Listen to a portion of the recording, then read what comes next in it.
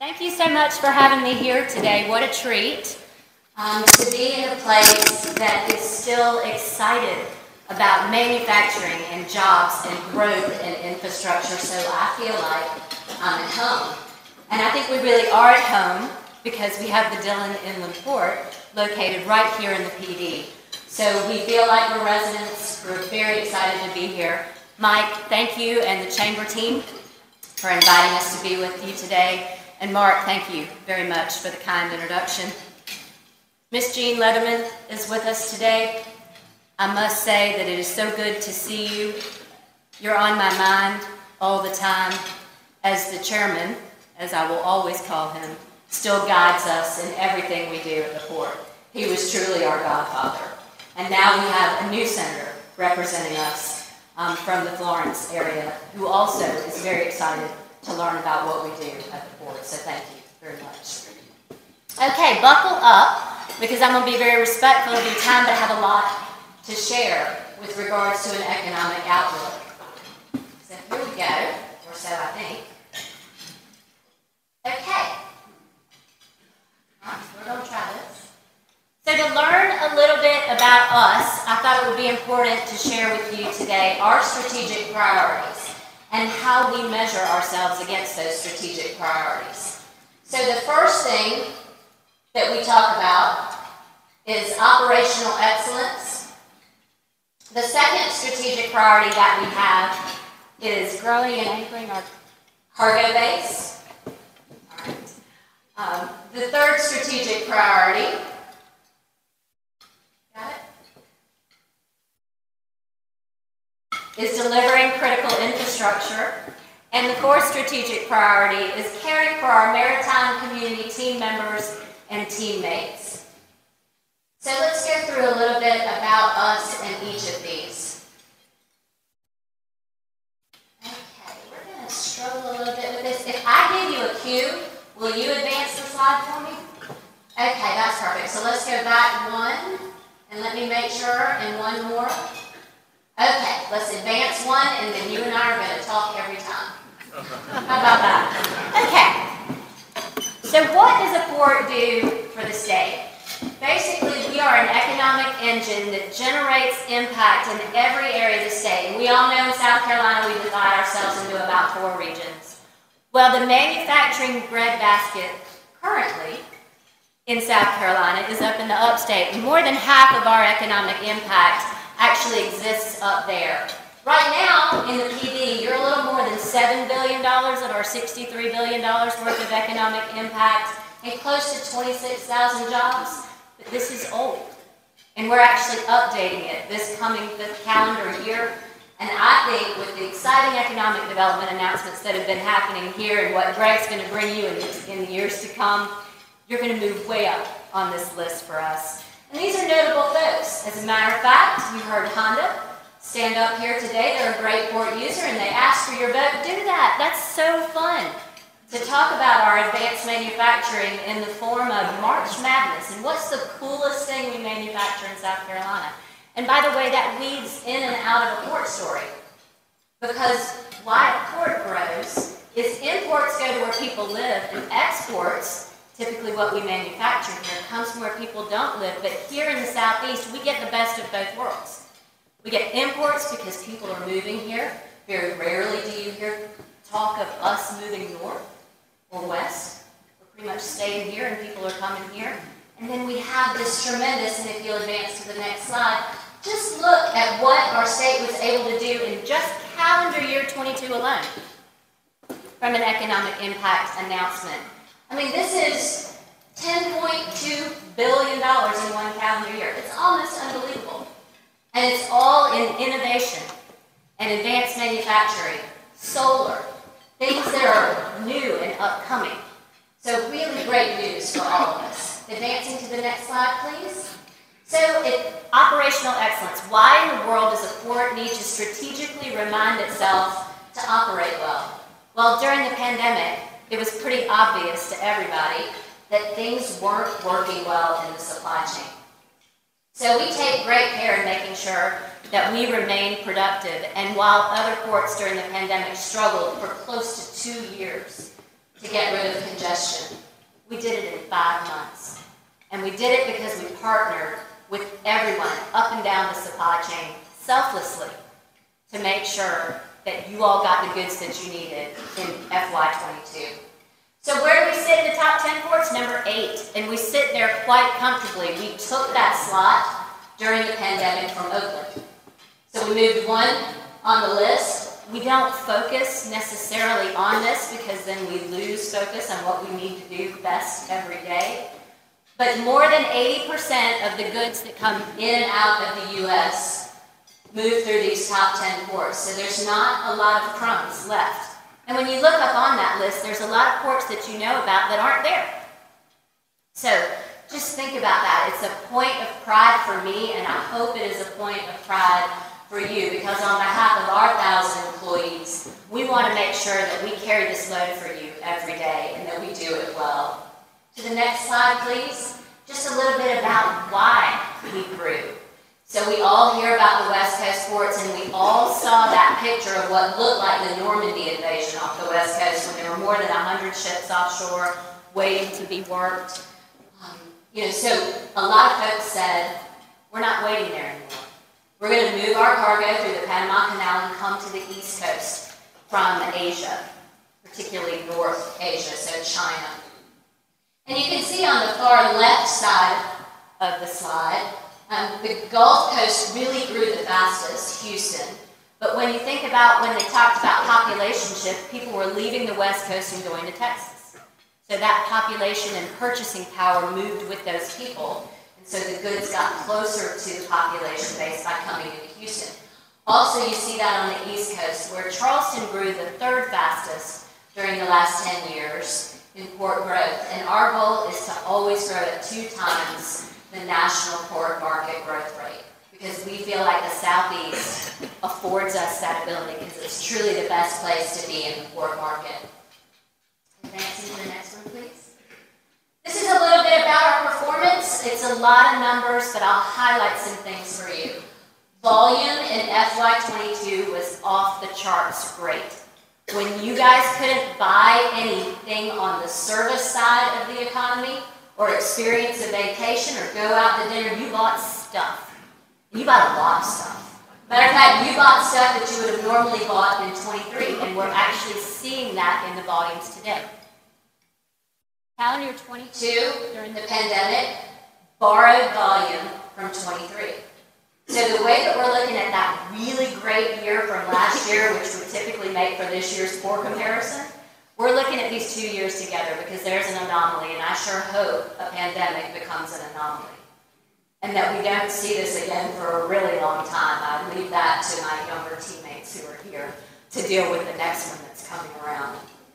But basically, you see our projection down in volume in 23, down in revenue as well, because what we expect is we won't have all of those long dwelling boxes. So think about when you park at the airport, if you park closest to the terminal building itself, you pay most for parking.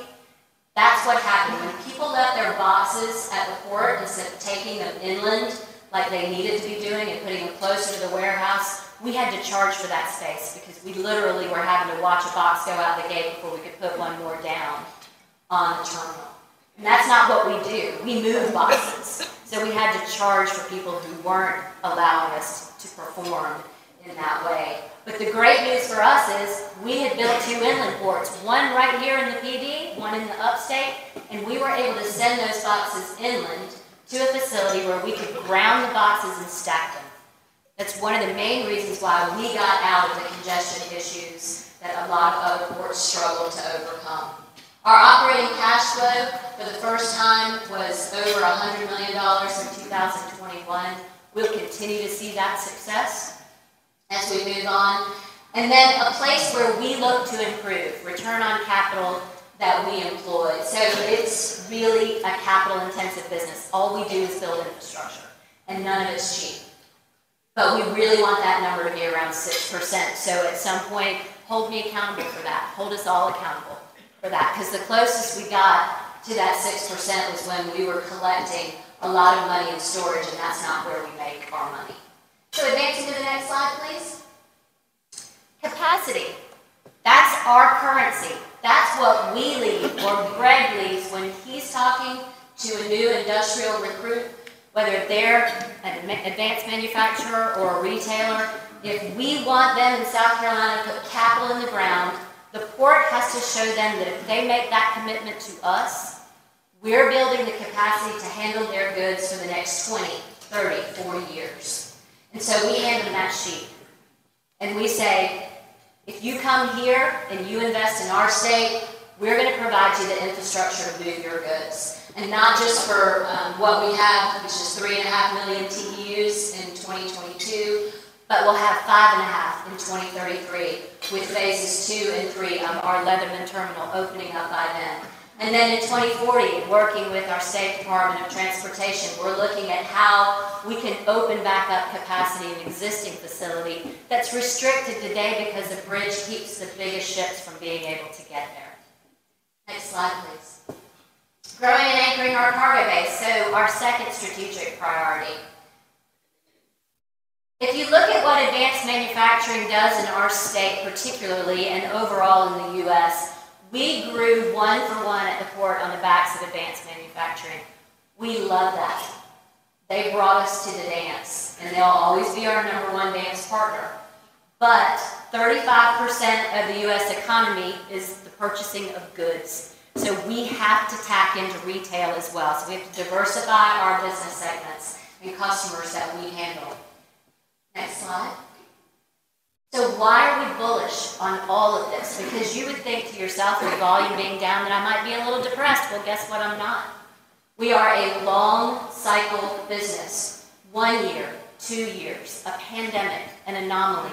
None of that should throw you off your strategy when you're talking about infrastructure. And the infrastructure that we build is 50-year infrastructure. So we're bullish because we have deployed about $3 billion worth of capital during the last 6 years and have another 8 to go to build our advanced manufacturing, as you saw in that slide, in just 1 year, more than $10 billion in South Carolina, and we're not stopping because we've already announced close to $5 billion, I think, this year already. It's March. Talk about March Madness. All that. So then our retail successes continue. Why? Because our port works. So we might not have a really big population base right around our port, but we've got a rail network that our General Assembly supported and new rail infrastructure. We've got inland ports. We've got strategy, and we execute on our operational excellence. So that means that you can put a box here, and if its final destination is in Virginia or the Midwest or Atlanta, it gets there. And it gets there quickly and reliably. Transloading. That's taking goods out of an international container and moving it to a domestic truck, or 53-foot truck. We do that in and around the port very well, and we have reserved some land in and around our port to allow for that type of activity to happen. And then again, as I say, we will in the Southeast continue to grow at 2 times the national port market. Top retailers, for example, that we have successfully been able to attract already in this first 3 years of strategy into South Carolina. Walmart, close to 3 million square feet under roof in Ridgeville, South Carolina. There's a transload small baby building and a 2.8 million square foot big old building. By the way, if you want to train for a marathon, you can run around that. We also attracted the #2 importer into the U.S. With Target, and they're operating and operating very quickly in our port. It's a common theme that you hear. If you heard folks talking about Scout Motors, how did South Carolina win that? Our speed to delivery of a facility, a decision, the money, the workforce, the technical schools, we are speed to delivery on these types of things. We don't have to ask 15 levels of approval. We decide what we want to do and we go get it. And it's the same thing that you're seeing when we attract folks like Target and then other major importers that are already expanding in our state. And we have our eyes on all the folks you buy from. So just think about who you shop with during the weekend, whether that's through e-commerce or bricks and mortar shopping. That's who we're after. Because they're all looking to come to the East Coast and serve these markets closer to the consumer. Next, please. A little bit more about transload. This is the land that we reserve that's near the port. We have Walmart on the top side of this land. Close to 100,000 empty boxes generated by Walmart annually. Why do those have to go back to the port empty? They don't. Let's save those empty miles, fill them with an exported good that comes in on a rail line, fill the box, then take it to the port. And we're saving on our infrastructure. We're keeping congestion down on our roadways. And we're smartly doing load-load economics for port work. Next, please. Delivering critical infrastructure. So we can talk and celebrate the successes, the projects with green checks up there. But guess what? As a top 10 port, we can't just celebrate what we did in the past. We have to keep building. We have to keep innovating and be creative with how we deliver our goods. But we celebrate the modernization of the Wando terminal. That was completed last year. Lebanon Terminal Phase 1, the first brand new greenfield container terminal that opened in the U.S. since 2009, successfully opened in South Carolina in April of 2021. Harbor Evening, it was mentioned. We have the deepest harbor on the U.S. East Coast. And by the way, this chamber supported those efforts. They supported the funding. They wrote letters of encouragement and support to the U.S. Army Corps of Engineers. All of that matters. Your support of our efforts matter. It's a team sport. We've talked about our inland ports. Chassis, that's what that next box is. We have launched our own chassis pool. What's a chassis? It's what the box sits on. You can't move a container without one. So it's considered a utility in our business. But during the pandemic, it became abundantly clear that there weren't enough chassis in the U.S. to move all the boxes. So we took what was a utility for most ports and turned it into a competitive advantage. And you, as a stakeholder in our port and a citizen of South Carolina, are now the proud owners of a $217 million chassis pool that is safe and reliable, with radial tires, anti-lock brakes, LED lights, the things that did not exist on chassis before we stepped in and said enough is enough. So when you all saw those road gapers, that's what we call them, the retread tires on the interstates. People know what I'm talking about when I talk about this. You've all dodged them or run over them and prayed that it didn't get stuck underneath. That's what we're stopping. Those are retread tires. And by the way, retread tires have a place in this world, but not on a truck in the summer that's hauling an 80,000-pound box. We think radial tires are the answer to that. So we're delivering that chassis pool today, and we thank our board every day for listening to our innovative ideas and allowing us to have that type of creativity to innovate and deliver that. And then, of course, we're building a Navy-based intermodal facility. I think that's the next one. I'm too vain to wear glasses, so if I get off track, y'all tell me. But one day I might have to do it because I'm not going to be able to remember all this. But we're building a Navy-based intermodal facility, so a dual-served intermodal rail facility for both CSX and Norfolk Southern, and it's proximate to our Lebanon terminal. Because it's important that we be able to capture that cargo that has to go further away from us. And rail is the most efficient way to do that when you're outside of the truck market. And then we're going to implement a barge. Because in and around the Charleston area, it's difficult to move around. If you visited, you know what I'm talking about. So any traffic that we can remove from the roads, we'll do that.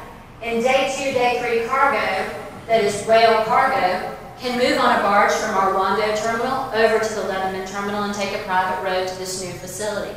So again, it's that creative planning that our General Assembly supports, our elected officials support, and our business community supports us when we say this is important for us. And then, of course, we'll build out phases 2 and 3 of the Lebanon terminal. Next slide. A little bit about Greer. More than 1 million lifts in less than 10 years. Wildly successful, and we expect the same results that will happen in Dillon. Our state has grown in and around anywhere we invest in port infrastructure. Greer had a little jump start on Dillon because it had the automotive sector and that supplier network around it. But you can see that today, BMW does not represent the majority of the cargo that's in Greer. So that happened in less than 10 years. And we have this same excitement and drive to find that success for Dillon and for this area as well. Next, please. We've talked about the chassis. That's good enough. We can go back to that at some point if anybody has a question. This is just pictures of what the new rail facility will look like. So this top right corner is, I wish it were built, but it is a rendering. But that's what it will look like, an inland rail facility. The next picture down going counterclockwise would be phases 2 and 3 of the Lebanon terminal. And then that's just our harbor map so that you can see the barge route and then that private drayage road that connects. And by the way, the chamber has this presentation and I don't mind who all might want it. We'll spread our propaganda to anybody who wants it. Next, please. And this is something else that we found out during the pandemic was extremely important. We have got to nurture drivers in this country. We all celebrated when that driver left the pharmaceutical facility with that first vaccine. Every time you see a motor carrier on the road, remind yourself of that feeling and give them grace. Because being a driver is hard. You're in your car an hour a day, they're in it for 10. So provide grace to them because this country will stop without motor carriers. So we didn't want to keep talking about it. We wanted to do something about it. So the federal government afforded us the opportunity to apply for some apprenticeships because right now to drive a truck with an international box on it, you have to be 26 years old. We lose people by the time 26 rolls around. They have chosen another profession. So we're going to innovate with our technical schools and try to find a way to implement this apprenticeship program where we'll take care of them. We'll train them for 2 years and then it'll be like a farm team. They'll move out into the private sector, commit a certain number of years for us investing this time and then they can drive however they want to. Next, please. And then this is with our eye to the future because while we celebrate what we've done, this is what we still have to do. And this list is ever evolving. But we'll build out the Lebanon terminal. We'll implement our barge program. We will work with the state of Georgia eventually on a Jasper Ocean terminal because as a port, it's our job to find that next increment of capacity because it takes a long time to deliver this. These are billions of dollars worth of assets that we're building. So you can't just dream it up and do it overnight. It's heavy permitting. We're going to build new infrastructure into our terminals to segregate our traffic from residential. That's the smart thing to do. They talk about last mile connectors. And then of course we're going to look to innovate our other container terminal, North Charleston, the one that's restricted today from handling big ships because of a bridge height. Next, please. Last strategic priority that I'll cover for you, and you all see this in your businesses on a daily basis. Next, please. We have to care for our team members. And what became so evident to us in the supply chain crisis is that we have to look beyond our gates and beyond our headquarters and take care of motor carriers. Involve ourselves in the success of railroads. Talk about whether warehousing and distribution is working. So really insert ourselves productively into conversations that have to happen to make sure that the U.S. supply chains continue to move fluidly. Next, please. And I think that is it. I really, truly appreciate being with you. I feel very welcome here. If you have any questions, I know that we probably don't have time for that. I look to Mike for any guidance. But I think I will be here after the lunch. Our teammates are here and they can answer questions as well. And then, of course, you have Mike here representing us from the Dillon Inland